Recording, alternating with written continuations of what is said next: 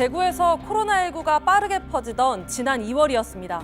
경찰 조사를 받던 한 20대 남성이 폭탄 발언을 합니다. 본인이 대구를 다녀와 코로나 검사를 받고 자가격리 중이라는 겁니다. 경찰서를 발칵 뒤집은 남성의 말, 알고 보니 재미로 한 거짓말이었습니다. 이번엔 한 50대 남성의 이야기입니다. 택배기사를 폭행해 유치장에 갇힌 그는 경찰관의 얼굴에 침을 뱉은 후 본인이 코로나에 감염됐다고 했습니다. 하지만 남성의 말 역시 유치장에서 빨리 나가고 싶어서 한 거짓말이었습니다. 5년 전 메르스가 유행했을 당시에도 벌금을 미납해 구치소에 가는 걸 피하려는 한 남성이 본인을 메르스 환자라고 거짓말한 사건이 있었는데요. 이런 거짓말에 대한 법원의 판단, 그때도 이번에도 단호하고 매서웠습니다. 셋 모두 징역형을 선고받았습니다. 감염병 사태가 전국적으로 심각한 상황에서 사소한 거짓말이 큰 죄가 될 수 있다고 경고한 겁니다. 심각한 코로나 3차 유행으로 그 어느 때보다 쓸쓸한 연말입니다. 모두가 힘든 이 상황에서 작은 거짓말에 법원이 엄벌을 내리는 이유, 엄벌을 내려야만 하는 이유. 오늘 사건 엑스파일에서 풀어봅니다. 자, 뭐 저도 이렇게 늦잠 자면 그래서 출근 시간 늦게 되면 회사에다 전화 지인들 회사 동료들한테 얘기를 해서 좀 몸이 아프다 뭐 이런 거짓말을 하긴 합니다만 이거는 코로나란 말이죠. 전염병이란 말이죠. 만약에 이런 거짓말을 하게 되면 정말 그것 때문에 그 주변 회사 지역 사회 엄청난 사회적 비용을 치를 수밖에 없는 건데.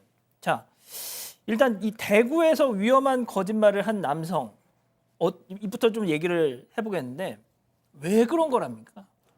네, 일단 왜를 짚기 전에 더 충격적인 건 이 남성의 거짓말 한 번이 아니었습니다. 이 남성 무려 3차례 거짓말을 했는데요. 먼저 코로나가 이제 막 확산되고 있는 올해 2월 21일에 고속버스를 타고 올라가면서 119에 전화를 합니다. 그래서 내가 대구에 가서 31번 확진자랑 접촉을 했고 발열이랑 기침 증세가 있다라고 거짓말을 한 겁니다. 그래서 소방당국이 구급차를 급파해가지고 고속도로에서 이 버스를 세우고 이 남자를 옮깁니다. 남자 보건소에 가서도 거짓말 하는데요. 내가 아는 형이 대구로 오라고 했다. 그래서 갔고 여기서 이제 확진자와 대화를 나눴다라고 또 거짓말을 한 겁니다. 물론 남성 이 음성으로 나왔지만 이틀 후에 이제 어쩌다 경찰 조사를 받게 됩니다. 본인이 일을 하는 곳에서 그 법인카드 같은 거를 잘못 사용하는 건데 이 20대 남성 경찰서에 가서 조사를 받다가 또 거짓말을 하는데 내가 사실 코로나로 조사를 받았고 지금 자가격리된 상태다라는 얘기를 하는 거죠. 사실 이때만 해도 코로나가 워낙 심각하게 번지던 때라 발열이 조금만 난다고 해도 어떤 건물이 다 폐쇄되고 그럼요. 발칵 뒤집히던 때인데 경찰서가 난리가 난 겁니다. 이렇게 3차례의 거짓말을 계속한 남성 대체 왜 그랬냐라고 했는데 이 답이 진짜 황당합니다. 남성은 약간 유튜브 같은 데에서 일부 유튜버들이 장난 전화하는 영상을 봤고 이게 너무 재미있어 보여서 나도 장난 전화를 하게 됐다라는 이런 황당한 답변을 하게 됩니다.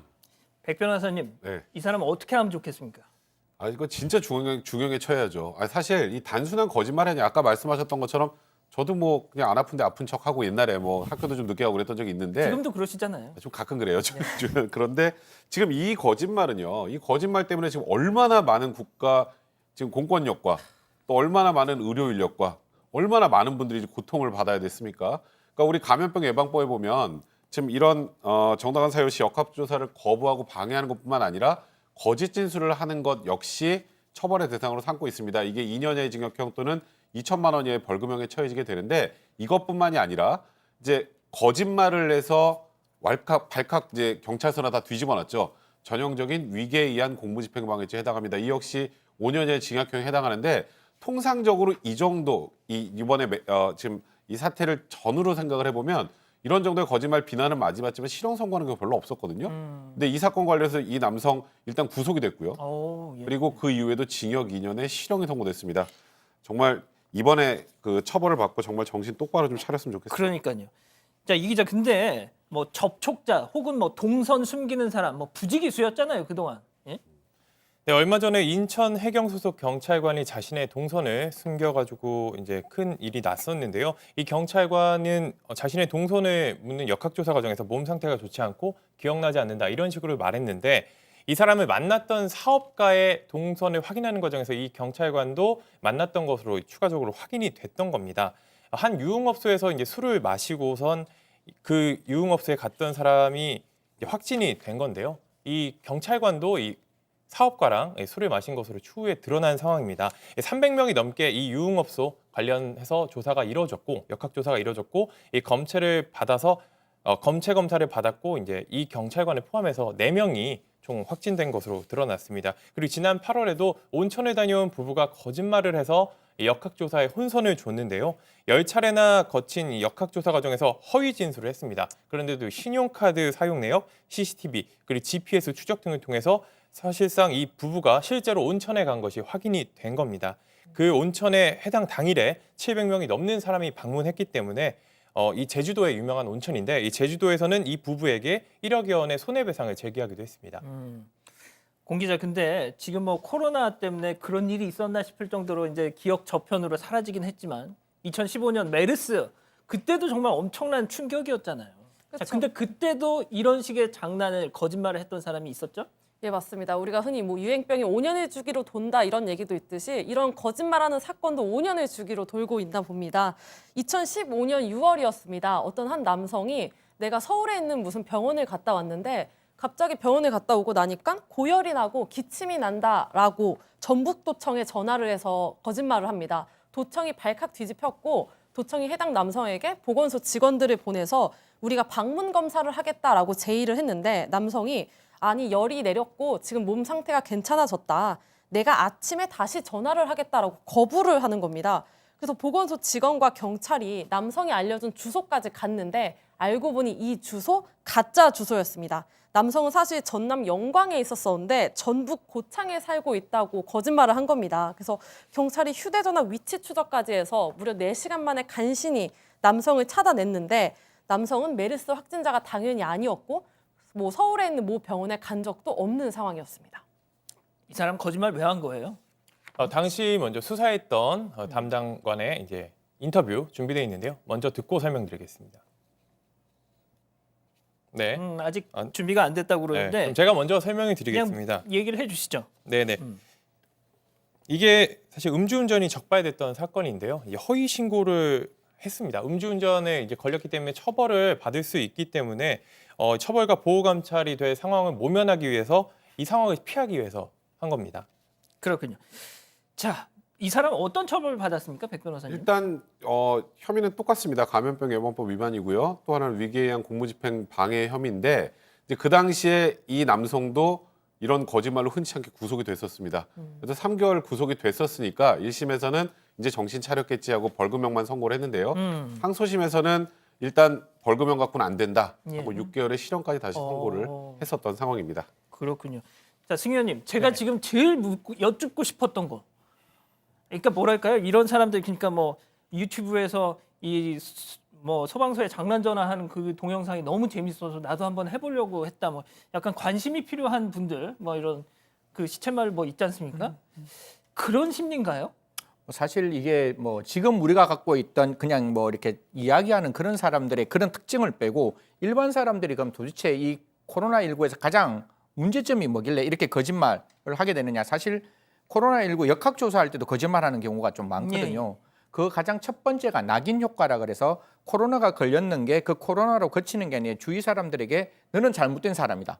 너는 왜 그런 행동을 했니? 너 때문에 우리가 이렇게 피해를 받잖아.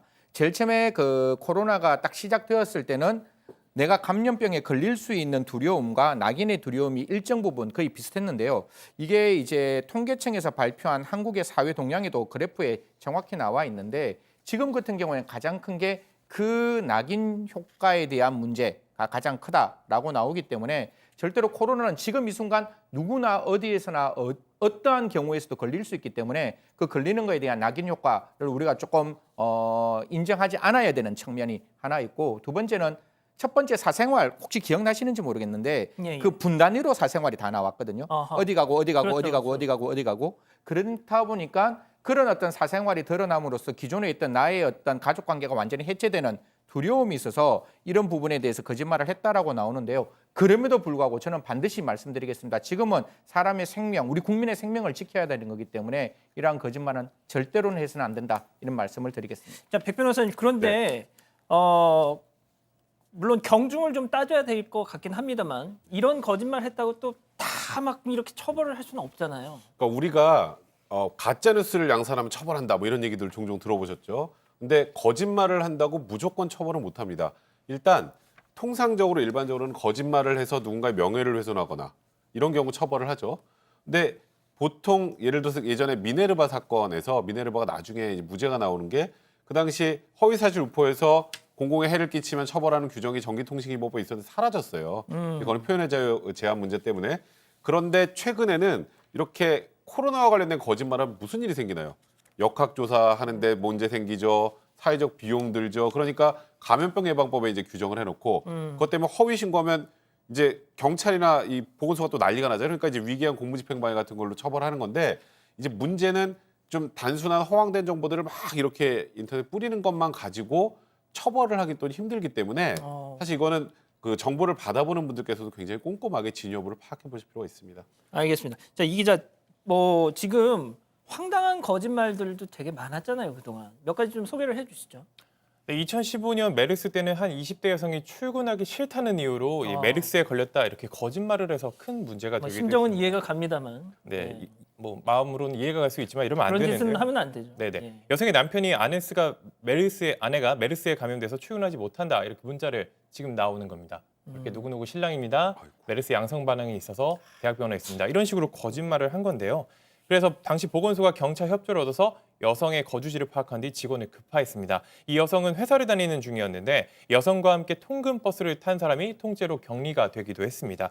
이번 코로나19 때도 마찬가지였는데 한 수강생이 14만 원 정도 하는 학원 강의료를 환불받기 위해서 코로나에 걸렸다 이렇게 거짓말을 했는데요. 강남에 있는 한 학원에서 강좌를 들었는데 마음에 들지 않아서 환불을 하려고 했다가 이 약관상 이렇게 환불이 되지 않는다 이렇게 학원 측에서 이야기를 했더니 아버지 회사에서 코로나 확진자가 있는데 내가 접촉해서 현재 자가격리 중이다. 그래서 강의를 들을 수 없다. 이런 식으로 거짓말을 했습니다. 그래서 이 학원에서는 이 수강생이 들은 강의 4개를 폐강하고 방역을 하느라 수백만 원을 썼는데요. 법원은 이 수강생에게 벌금 600만 원을 선고했습니다. 자, 이 거짓말이라는 것도 말이죠. 분위기 봐가면서 해야 되는 겁니다. 지금 이런 시국에서 거짓말하는 거는 범죄입니다. 자, 그 사실 잊지 않았으면 좋겠고요.